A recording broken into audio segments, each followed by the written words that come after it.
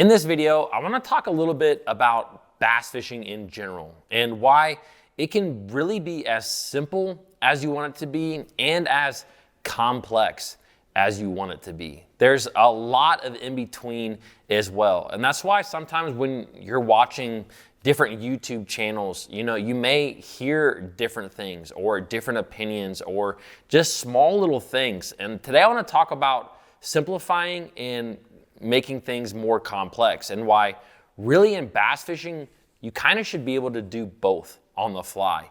And it can really help you to become a better angler. Now, real quick before we get into the video, this one's brought to you by my apparel company, Finn Fishing. I have USA made sun shirts. They're one of the only, if not the only USA made sun shirt out there on the market. And right now, if you buy one of the USA made sun shirts, you get a free pair of sun gloves. All you got to do is add the sun shirt to cart, add the gloves to cart. It will automatically discount at checkout. Now, I am running a little bit low on gloves. So if I don't have the size that you wear, I am going to throw something for free in your package with your USA made sun shirt. So I have a bunch of different lures laying around. I did have some Berkley Nessies. I gave out some Berkley Nessies already. I gave out some fishing line, but I have a lot of other stuff that I can give away. So for the next 2 days until the end of February, if you want to purchase a USA made sun shirt, you're either gonna get a free pair of gloves or something else, a mystery lure for free. One of the biggest things that I like to do when it comes to bass fishing, whether it's talking about a tip or a technique, is I really like to simplify it to its core things. Like what makes you be able to go out, pick up a particular type of bait or use a certain technique and go out there and catch fish.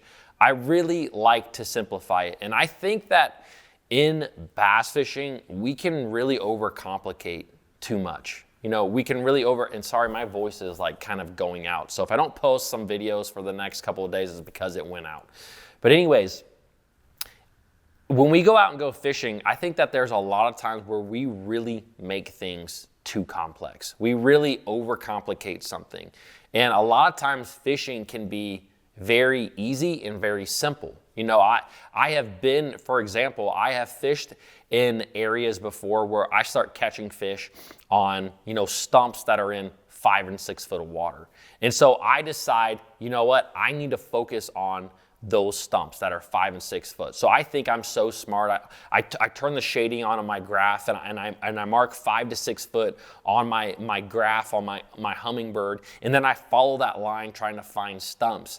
But a lot of times what I found is bass are just on stumps all over the place, no matter what depth they are. If I were to just simplify it, I would be able to catch a lot more fish because I would just be fishing stumps. And even on top of that, I've seen days where I think that they're on a certain depth or a certain particular type of cover, and in reality, they're just in a general area. I saw this firsthand a long time ago when I was fishing down on the James River. And I had never fished Tidal River before, so I was very new to it and trying to figure out the tides and everything like that. But what I found is that I had gone a few days and I thought I was starting to develop a pattern. And I guess you can say that I was developing a pattern. I was looking for these little grass edges where the current would hit right on them. And I thought that if I hit it at the exact right time, I would be able to catch a lot of fish on that particular area. And so I tried to follow the tide on the first day of this particular event, and I didn't really do that well in the tournament, on that day, because I was trying to do something so highly specific.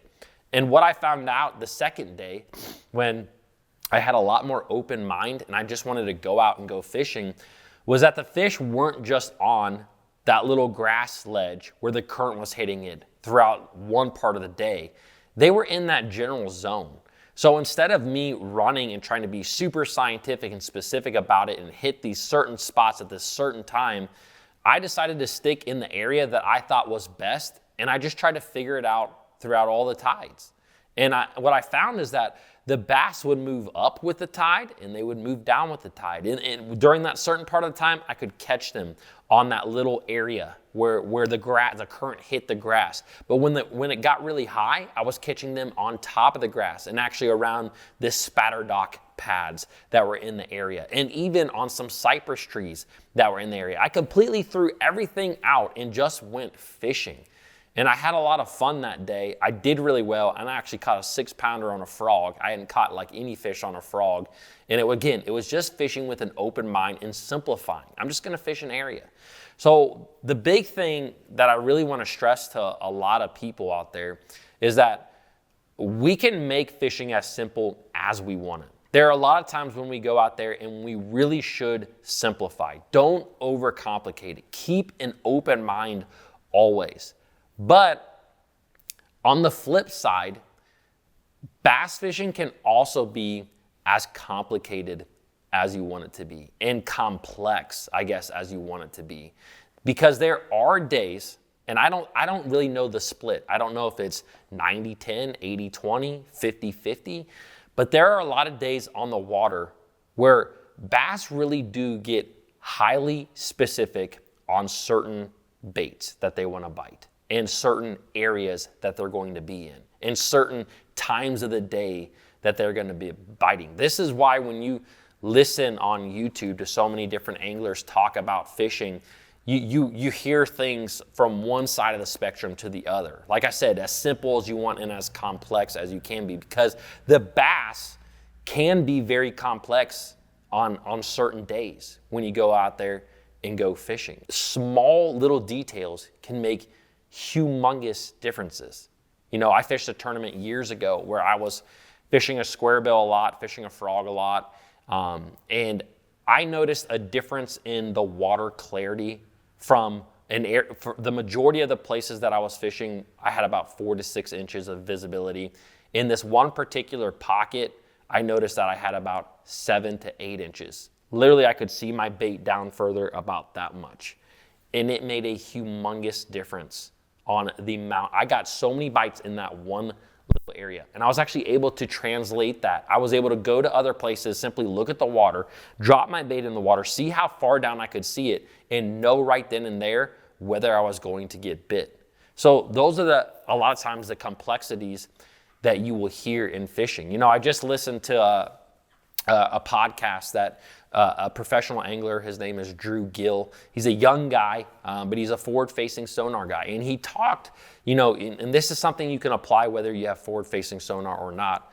But he talked specifically about how during the practice for his events, you know, when he's using that forward-facing sonar, he really tries to find the one bait that the bass like more than every other bait. Because a lot of us anglers, if we're all, say for instance, if you watch Toledo Bend here, you know, the Bassmaster, a lot of anglers had a huge variance of lures that they were using. A lot of them were using jig head minnows, but you had some guys using 1/2 ounce jig head minnows with a 5-inch bait. You had some guys using 1/8 ounce jig heads with a 3-inch bait. And there was a humongous discrepancy between baits. Now, Drew Gill, he talked about when he goes fishing, you know, and he knows that he's going to be catching them in that style, he will rig up 3 rods on one side of his deck that all have the exact same like minnow on it, but with 3 different size jig heads, maybe an 1/8 ounce, 1/4 ounce, 3/8. And then on the other side of his boat, he will have the same jig head, say maybe they're all 1/4 ounce, but with 3 different style of minnows on it, whether that's different colors, maybe it's different sizes, maybe 3-inch baits, maybe really big baits.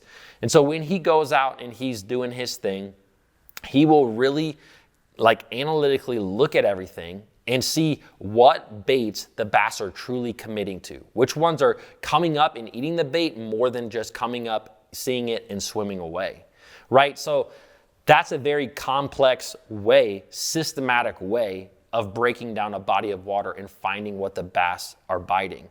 And I love that, but sometimes fishing is way more simple than that. Like I talked about, sometimes all you gotta do is find a grass bed with a chatterbait and you're gonna go out there and catch fish. It's really can be that simple. But I just wanna say that there are definitely days where really taking the time to critique something will skyrocket your bites. Now, this is where I think you can use simplicity versus complexity when you're out there fishing. I think that if you are struggling to go out there and catch bass, if you are having a rough day, you've gone several hours without catching a fish, simplify.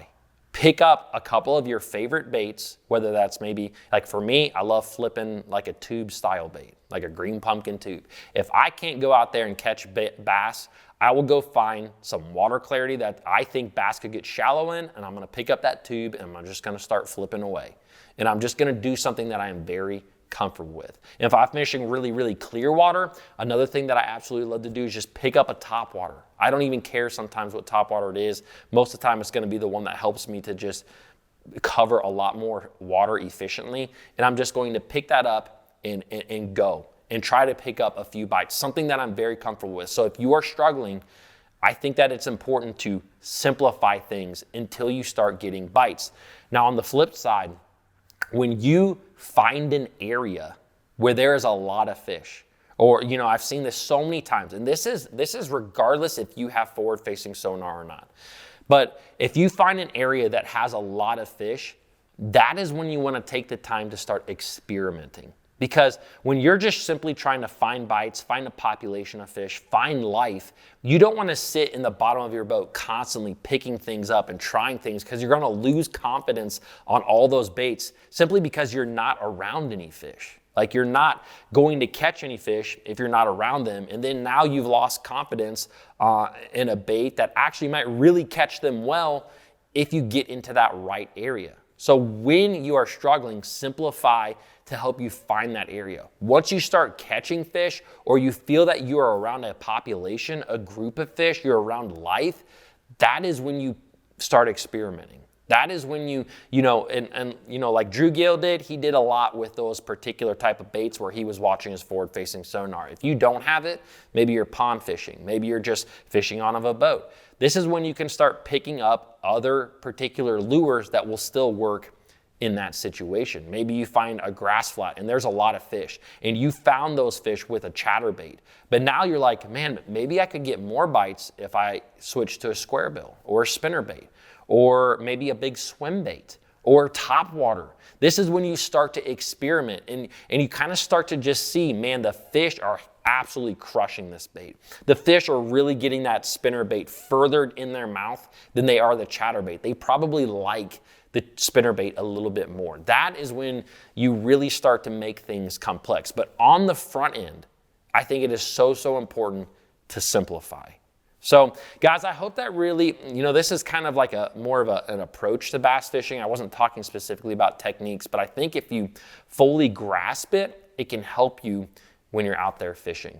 But if you guys enjoyed this video, please hit that thumbs up, check out this most recent video, and I will see you guys tomorrow.